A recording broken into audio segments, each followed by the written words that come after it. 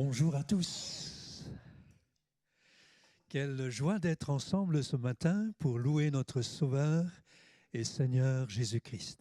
On a eu la joie avec quelques frères et sœurs de l'Assemblée de se retrouver ce printemps pour une semaine de jeûne et de prière. Ça a été merveilleux. Merveilleux de pouvoir louer, célébrer le Seigneur, de pouvoir ouvrir sa parole, se mettre à son écoute et aussi de soigner la communion fraternelle. On s'est enrichi, on s'est ressourcés ensemble, on s'est fait du bien et je vous remercie pour la sensibilité des uns et des autres qui ont pu participer à ce séjour qui a réuni une quinzaine ou 16 ou 17 églises de notre région du Grand Est. Il fut un temps, nous étions beaucoup plus souvent ensemble et on nourrissait une foi commune et ça nous a vraiment fait du bien.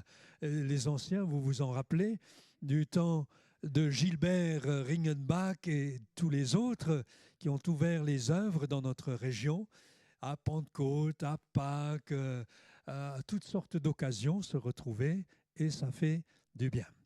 Alors, je me réjouis pour aussi les nouvelles qui me parviennent parce que même si je ne suis pas là assez souvent, j'ai les nouvelles régulières par notre frère Hichem et par les uns et par les autres qui vous visitent.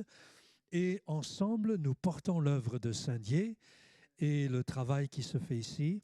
Et vraiment, vous êtes proches de nos cœurs. Alors, je voulais vous le dire et je voulais vous dire que nous sommes en prière. On est unis en pensée et en prière les uns avec les autres. Et notamment dans ce temps de jeûne et prière, il y a eu un moment très très fort. Une sœur est arrivée avec un fardeau très très lourd. Je vous le partage parce que peut-être ça vous donnera envie de venir pour la prochaine fois. Nous préparons déjà le prochain séjour pour le printemps prochain.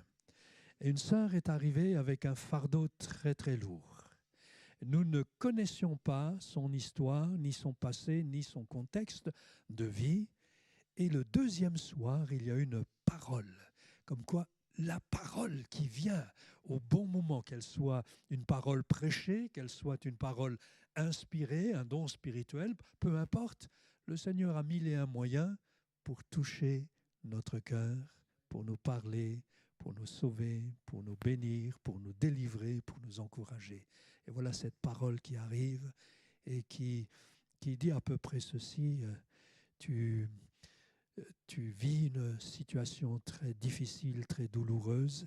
En expliquant ce qui s'est passé, en quelques mots, cette femme a perdu son fils au cours d'un accident de trottinette.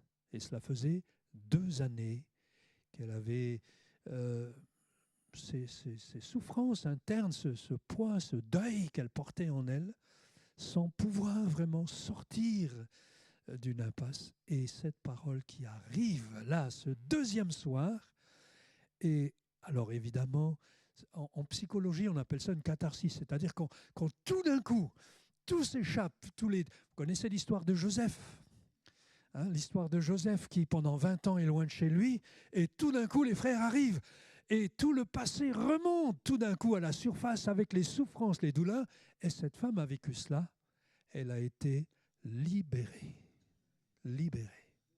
Et on a assisté avec l'ensemble, Fabien était là aussi avec son épouse, vous étiez là pour voir ce miracle sous nos yeux. Donc Dieu parle encore aujourd'hui, il vient pour nous guider, quelqu'un dans sa prière disait pour nous corriger, et bien sûr la parole est là, de Timothée 3,17, elle est là pour enseigner, pour rectifier, pour corriger, pour instruire. Et on a besoin du Seigneur. Alors ce matin, je suis venu avec un sujet particulier qui est important aussi pour les uns et les autres parmi nous.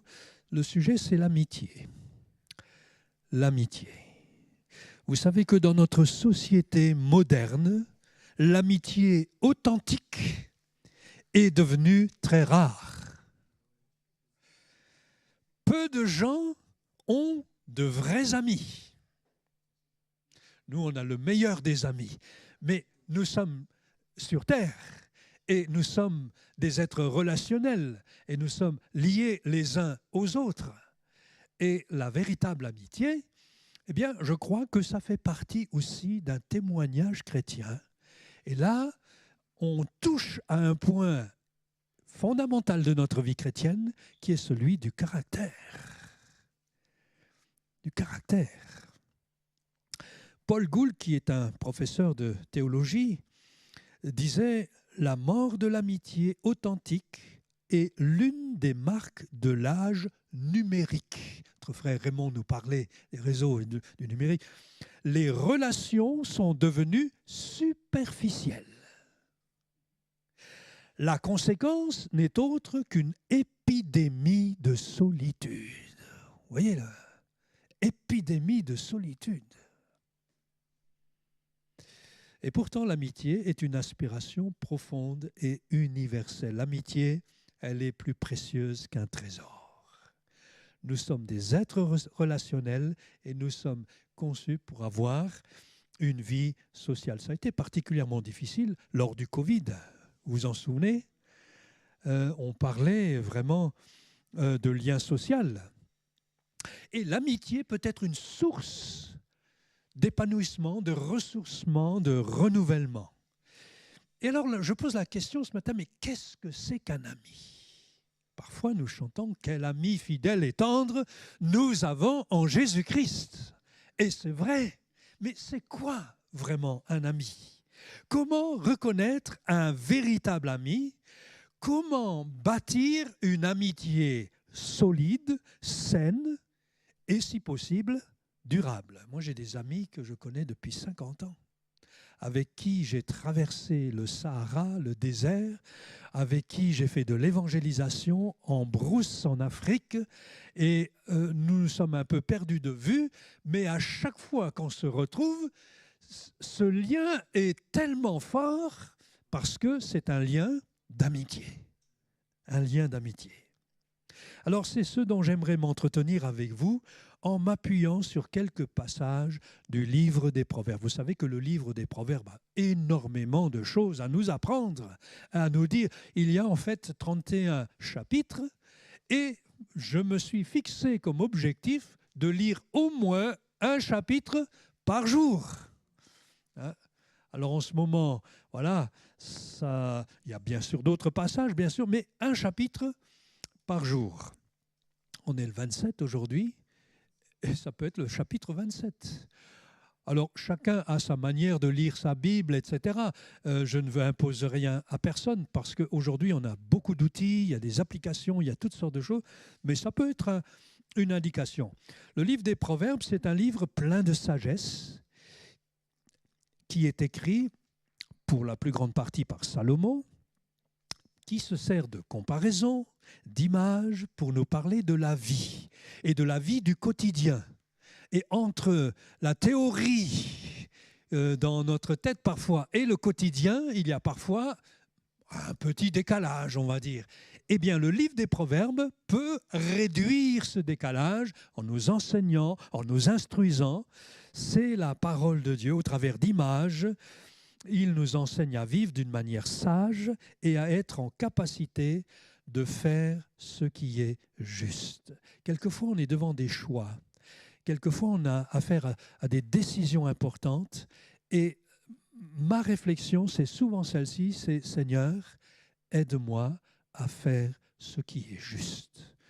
Je ne veux pas faire ce que j'ai envie de faire ou ce que je pourrais. Je veux faire ce qui est juste, ce qui est droit devant toi et ce qui correspond vraiment à l'expression de ta volonté. Alors, 4 qualités d'un véritable ami, une véritable amitié. Première qualité, on a chanté avec notre frère Raymond tout à l'heure, c'est bien sûr l'amour. L'amour. Proverbe chapitre 17, verset 17. L'ami aime en tout temps ou en toutes circonstances, comme dit ma version du second 21.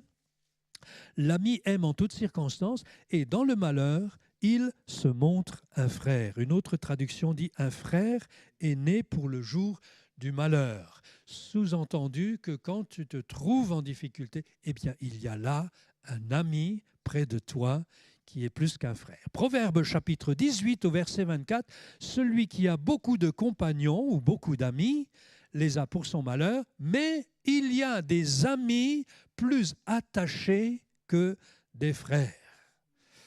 À la base de l'amitié, il y a l'amour.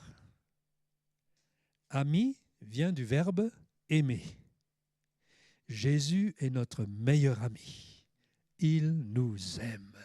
À celui qui nous aime, qui nous a délivrés de nos péchés par son sang, à lui soit la gloire et la puissance au siècle des siècles.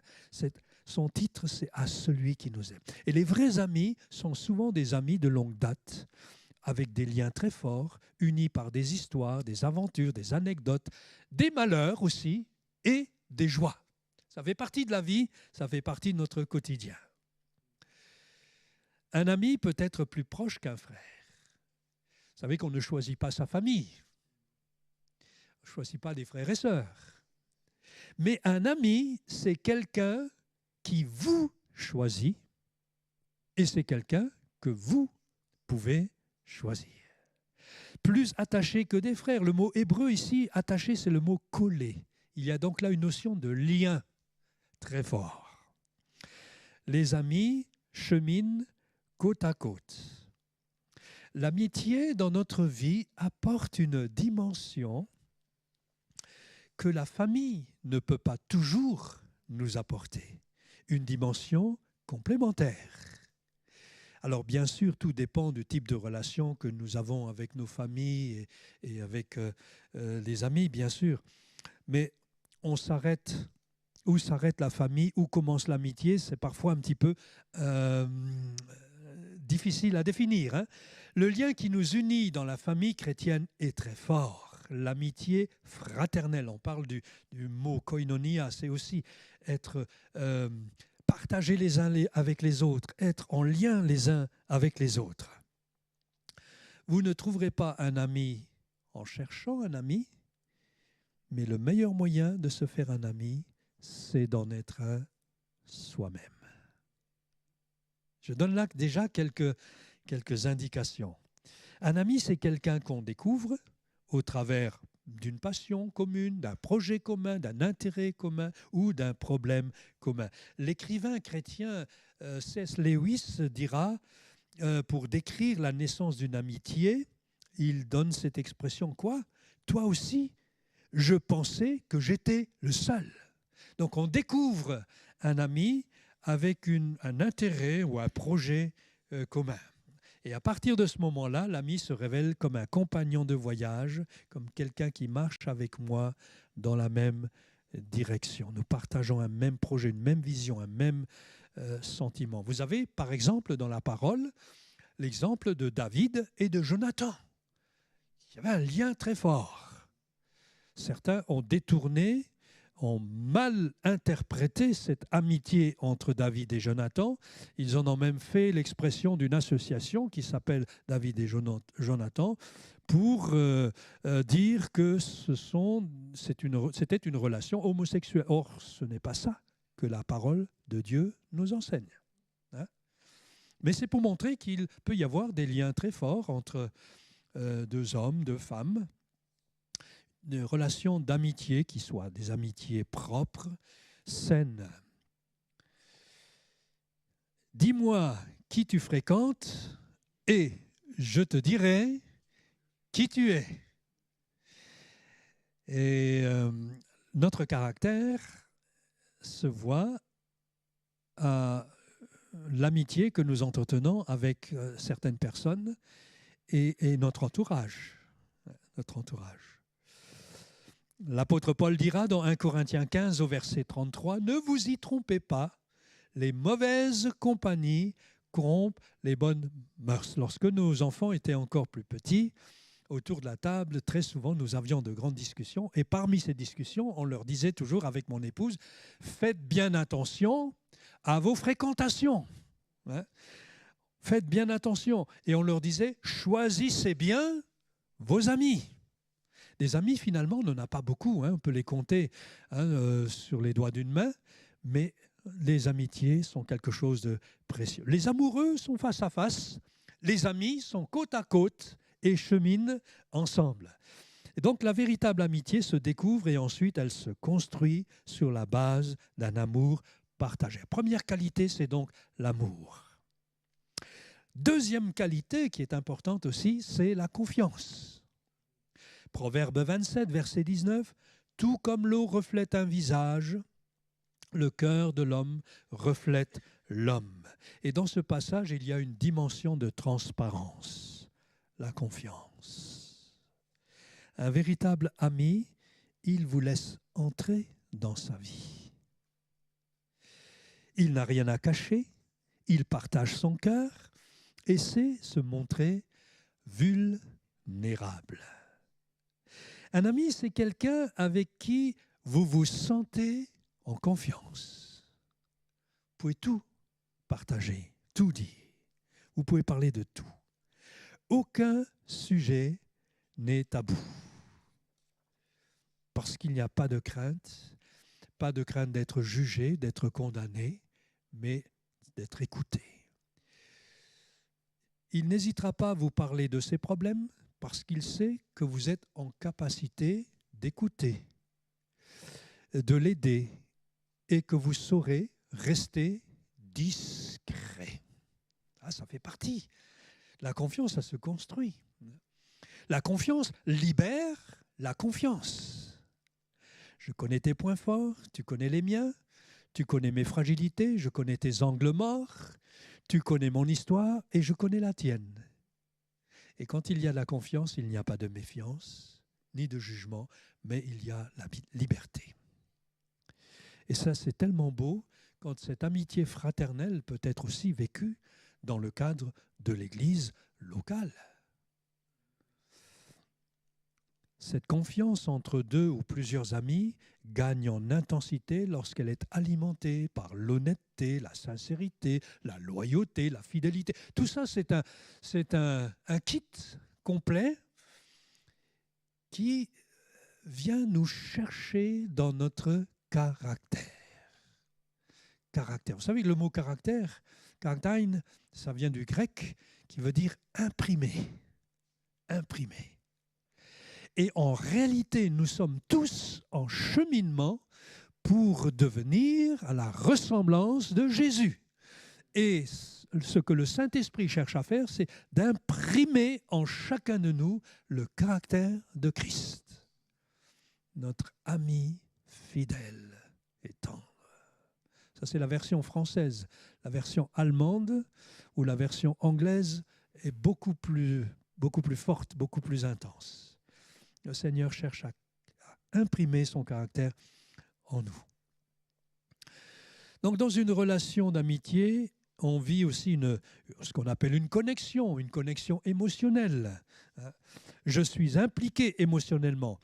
Je ne peux pas être heureux, par exemple, si mon ami est triste. Je vais porter avec lui. Je suis touché par ce qui le touche. Je suis affecté par ce qui l'affecte. Donc, c'est ça aussi l'amitié. Un ami sait ce que tu vis, ce que tu ressens. Il ne se sert pas de toi, mais il porte avec toi. Il m'aide à trouver une solution. Il répond toujours présent. Quand j'ai besoin de lui, cela ne le dérangera absolument pas. Le pasteur Rick Warren, dont vous avez peut-être entendu parler, il y a quelques années, a passé par un moment très difficile. Ce n'est pas parce qu'on est responsable ou parce qu'on est pasteur ou parce qu'on a des responsabilités spirituelles qu'on n'est pas touché ou atteint dans notre vie personnelle ou familiale. L'un de ces garçons s'est suicidé et il a eu énormément de mal à vivre ce temps de deuil. Et l'un de ses amis, que vous connaissez peut-être aussi, Elie Wiesel, qui a vécu des choses difficiles dans les camps de concentration, qui est venu le visiter à ce moment-là, a partagé avec lui des moments forts. Et le pasteur Rick Warren lui a demandé « Mais comment est-ce que tu as fait pour traverser ces moments difficiles et douloureux ? Comment on peut faire pour traverser les moments difficiles ?» Et voilà ce qu'a répondu Elie Wiesel. Il lui a dit « Dieu et les amis. Dieu et les amis. On n'est pas des êtres spirituels, juste un esprit. On est des êtres humains. Et on a besoin de relationnel, on a besoin de contact. On a besoin de pouvoir parler, échanger, partager, recevoir. On est des êtres humains. Et ça m'a interpellé ce qu'il a dit, Elie Wiesel. Dieu et les amis. Et je crois que dans l'Église aussi, on peut développer cette amitié. Donc, l'amour, la confiance, le deuxième ingrédient. Et puis, troisième chose, ce qui est important, c'est la sincérité. La sincérité. Vous savez d'où vient le mot sincère? Ça vient de cire, de la cire. Autrefois, en Italie, lorsque on voulait vendre des objets, vendre des tableaux, parfois des pièces de marbre, quand il y avait un défaut, vous savez ce qu'on faisait? On cachait avec de la cire. Et puis, l'acheteur était quand même malin. L'acheteur, il se mettait un peu au soleil. Et puis, regardez, quand c'était un tableau, il y avait des fissures, des choses qu'on voulait cacher. Il prenait l'objet, le mettait au soleil. Puis, quand ça fondait, il voyait le défaut. La sincérité, c'est quelque chose de... Nous sommes dans un monde qui nous observe. Il y a les voisins qui nous observent. Et quel impact est-ce que j'ai sur mon voisin? Moi, j'aimerais bien que tous mes voisins se convertissent. Mais pour cela, il faut être, comme le dit l'apôtre Paul, une lettre de Christ. Un témoignage vivant. Je suis la seule lettre vivante que les voisins, les amis et mon environnement peuvent voir, ma famille. Donc, je viens être touché ici dans mon caractère, par la sincérité. Proverbe 27, verset 5. Mieux vaut un reproche ouvert qu'une amitié cachée. Les blessures d'un ami prouvent sa fidélité, tandis que les baisers d'un ennemi sont trompeurs. Les amitiés, mes amis, sont testées. À un moment ou un autre, nous passons par un temps de test, d'examen, d'épreuve. Et vous savez qu'on est testé aussi. Dieu mit Abraham à l'épreuve. C'était un test. Et tout au long de notre vie, avant de franchir des étapes, vous savez, il y a des gens qui pensent que la vie chrétienne, c'est comme ça, en ligne droite. Pas du tout. C'est un palier après l'autre. On est comme en escalier. Donc, à chaque palier, il y a comme un test. Il y a un temps d'épreuve. Pas pour Dieu, mais c'est pour nous, pour voir ici ce qu'il y a là, en termes d'intention, en termes de motivation, en termes de sincérité. Sincérité. Quand le Seigneur gratte un petit peu la cire, il veut voir les failles. Et je pense que le véritable chrétien, c'est celui qui est sincère et qui met en évidence les failles en disant « Oui, Seigneur, là, dans tel domaine, là, j'ai vraiment besoin que tu m'aides, parce que là, ça ne va pas du tout. » Et un véritable ami va aider dans ce sens. Il va aller dans le sens du Saint-Esprit. Il va dire « Écoute, là, mon frère, là, je suis obligé de... » Alors, en termes de... Parce que j'ai travaillé sur les questions de leadership, sur les questions de leader, de responsable.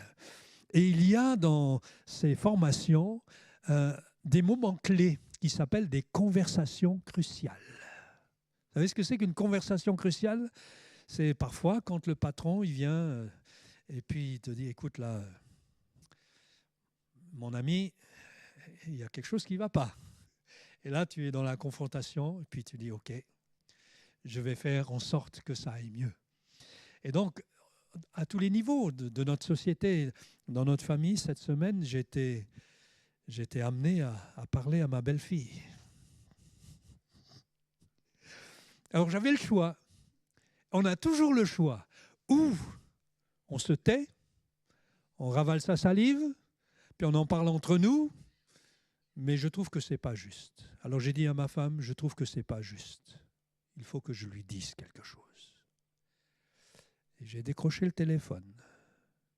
Puis à l'autre bout, quand papy décroche le téléphone, déjà qu'il n'appelle pas souvent, mais quand il décroche le téléphone, alors j'ai une méthode, je vais vous la dire.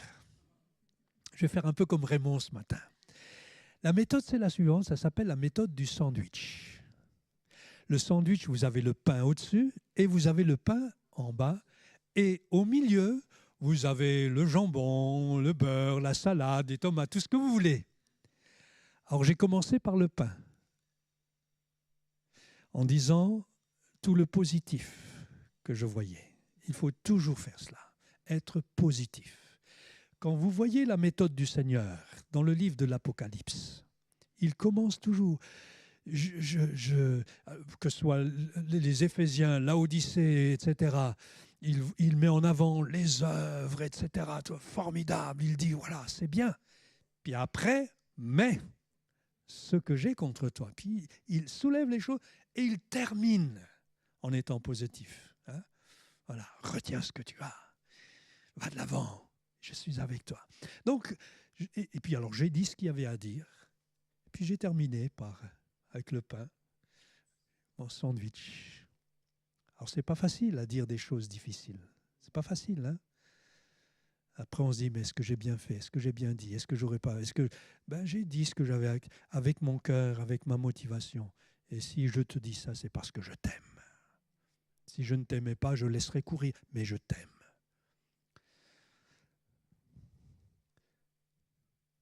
Alors, quelquefois, on dit, mais j'aime trop cette personne, je ne veux pas lui faire de mal. Mais le fait de dire, j'aime trop cette personne, c'est une excuse, en fait. C'est une excuse. Parce qu'en réalité, tu es en train de dire « je m'aime trop pour me mettre en danger ». Je ne veux pas me mettre dans l'embarras. En fait, je ne suis pas prêt à vivre un clash ou un temps d'inconfort. Je ne veux pas de conflit. Mes amis, on peut faire beaucoup de mal en ne voulant pas faire de peine. Je répète. On peut faire beaucoup de mal en ne voulant pas faire de peine. Proverbe 29 au verset 5, l'homme qui flatte son prochain ou son ami pose un piège sous ses pas. C'est un piège que de ne pas dire les choses. Si tu ne dis pas à ton ami ce qui ne va pas, tu lui tends un piège. Tôt ou tard, la relation va se gâter et si on ne travaille pas sur les points de fragilité, la relation va se disloquer. Et toute relation passe par des moments de crise, des remises en question, ça c'est sûr. Et il s'agit d'être courageux. Avec un cœur humble, un cœur plein de grâce, mais d'être courageux. Maurice Ray disait « Qui expose, s'expose ». N'est-ce pas? C'est important. Donc l'amour, la confiance, la sincérité. Proverbe 27 au verset 17, tout comme le fer aiguise le fer, l'homme s'aiguise au contact de son prochain ou de son ami. Et quand le fer se frotte au fer, ça crée des étincelles. Mais on en sort grandi, aiguisé et affûté. J'ai un voisin, d'ailleurs, avec quelques voisins, on en arrive, ça dépend évidemment de votre contexte de vie, bien sûr. Hein. Il y a des voisins de palier qui ne sont pas toujours commodes, ou des voisins de quartier, ce n'est pas toujours facile. Mais c'est notre objectif avec mon épouse et moi-même, dans notre quartier, de soigner les relations et notre environnement pour être un bon témoignage. Et les voisins nous suivent, hein, sur Internet, sur YouTube, etc. Ils écoutent ce qu'on raconte, puis après ils voient si ça correspond. Donc, je peux pas tricher. Et alors que je pense à mon voisin Marius et à ma voisine Solange, une voisine qui a passé par des moments très difficiles, un cancer du sein, très très douloureux, très difficile, des périodes qui n'étaient pas simples. Et puis il y a une rémission. Et puis il y a quelque temps, elle a eu un accident de voiture. Et son mari s'était fâché. et a été méchant avec elle. Et moi, je voyais cela. Puis tu dis que tu es ton ami, etc. Et puis j'ai là, il va falloir que je lui dise quelque chose. Alors je suis allé le voir lorsque nous étions seuls, et c'est toujours important d'être, comme le dit la parole, hein, Matthieu 18, va, reprends ton frère, mais va, reprends ton ami aussi, s'il est vraiment ton ami. Et je lui dis, Marius, si tu continues à parler sur ce ton à ton épouse, je ne suis pas médecin, mais j'ai suffisamment d'expérience pastorale pour te dire qu'à un moment ou à un autre, il va y avoir un déclic et à tout moment, sa maladie peut recommencer.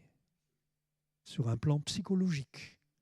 Je n'ai pas tous les éléments ni toutes les données, je ne suis pas médecin, mais suffisamment d'expérience pour te dire qu'il faut que tu arrêtes de lui parler sur ce ton.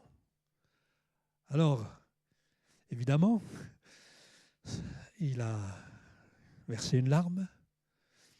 Et ce qu'il m'a dit m'a frappé. Il m'a dit, Michel, c'est comme ça que tu nous aimes. Tu nous aimes à ce point de venir me chercher et me dire la vérité. Je te remercie. Et lorsque quelques jours plus tard, son épouse est venue à la maison pour prendre un café, savez-vous ce qu'elle a dit? Mon mari a changé. Alors, quand une épouse vous dit que son mari a changé, moi, je pense qu'on peut la croire. Je pense qu'on peut la croire. Voyez, le témoignage chrétien, ce n'est pas seulement parler de Jésus. Ce n'est pas jeter des versets bibliques à la tête des gens. Ça n'a aucun effet. Nous sommes en priorité la lettre que lisent les gens autour de nous. C'est ça que dit l'apôtre Paul. Vous êtes une lettre de Christ que le monde lit. Et comment est-ce qu'il va lire? Bien au travers de relations concrètes dans notre quotidien, en étant de véritables amis. Et vous savez que beaucoup plus de gens se sont convertis en venant à l'église par l'entremise d'un ami, d'un contact, d'une relation, que par tout autre moyen. 90% des gens qui se sont convertis parce qu'il y a eu un ami qui les a conduits à Christ. Après, ils sont venus dans l'église, mais par l'entremise d'un ami. C'est souvent la peur qui nous retient de dire la vérité. Peur de ne pas être entendu, peur des réactions, peur d'être rejeté, la peur de la rupture de la relation. Alors on cherche la paix. Mes amis, ce n'est pas la paix qui libère, c'est la vérité qui nous libère. La vérité. Donc l'amour, la confiance, la sincérité, puis un dernier point. Alors il y a peut-être d'autres éléments, certainement, mais je vais me limiter juste à 4. Dernier point, c'est l'équilibre. L'équilibre. Proverbe 27 au verset 10. Mieux vaut un voisin proche qu'un frère éloigné. Et puis en même temps, Proverbe 25, verset 17, ne va pas trop souvent chez ton ami, de peur qu'il ne se lasse de toi et te prenne en haine. Oui, parce que les plus belles amitiés, on n'est pas dans le monde des bisounours, hein, les plus belles des amitiés, aussi sincères soient-elles, peuvent parfois se transformer en amitiés toxiques. Hein? En amitié toxique. Parce que nous restons des êtres humains, nous sommes sujets à des imperfections, aux limites, aux failles qui sont les nôtres. Une amitié saine est faite de réciprocité, d'entente mutuelle. C'est une communion dans laquelle nous choisissons de donner, de recevoir, etc. Un de mes voisins m'a dit il y a quelque temps, Michel, tu es toujours prompt à nous aider. Tu nous aides à chacun, mais tu ne nous donnes pas l'occasion de t'aider à toi. Et ça m'a fait réfléchir. J'ai dit, waouh. J'ai dit, ben Francis, voilà ce qu'on va faire. Le bois va arriver, on chauffe un petit peu au bois. Eh bien, je t'appellerai, tu vas me donner un coup de main, puis on va le faire ensemble avec quelques voisins du quartier. Tu me donnes une bonne idée, une bonne occasion de le faire. Alors on a fait ça. Et j'ai réalisé qu'en laissant entrer les voisins dans ma vie, dans ce que je fais, j'étais toujours prompt à les aider, mais je ne leur donnais pas l'occasion de m'aider moi. Et en leur donnant l'occasion, ça approfondit notre relation qui, je peux le dire, est une relation d'amitié parce qu'on partage à un niveau très profond lorsqu'il y a des soucis, lorsqu'il y a des choses difficiles à dire. En priorité, c'est à nous qu'ils viennent, c'est vers nous qu'ils viennent. Et j'apprécie cette relation. Une amitié à sens unique n'est pas viable à long terme. Les vrais amis se respectent, ils respectent aussi leur liberté. Cette relation, elle est équilibrée, elle est mesurée. Alors, le texte nous dit ici, dans Proverbe 25, « Ne va pas trop souvent chez ton ami, de peur qu'il ne se lasse de toi. » Eh oui, parce qu'entretenir une relation d'amitié, c'est une bénédiction, mais si elle devient pesante, il faut y remédier. Alors, pour maintenir l'équilibre dans un lien d'amitié, il est nécessaire de ne pas trop idéaliser les relations humaines. Dans cette vie, les meilleurs amis peuvent nous décevoir un jour ou l'autre parce que nous restons faillibles, imparfaits et limités. Parce qu'un ami, c'est quelqu'un qui me ressemble un petit peu, mais c'est aussi quelqu'un qui est différent. Différent de moi. Et ce qui peut parfois fausser nos relations les uns avec les autres, ce sont des attentes exagérées. Vous voyez ? Des attentes exagérées. Lorsque l'autre ne répond pas à mes exigences, ça crée des frustrations et des déceptions.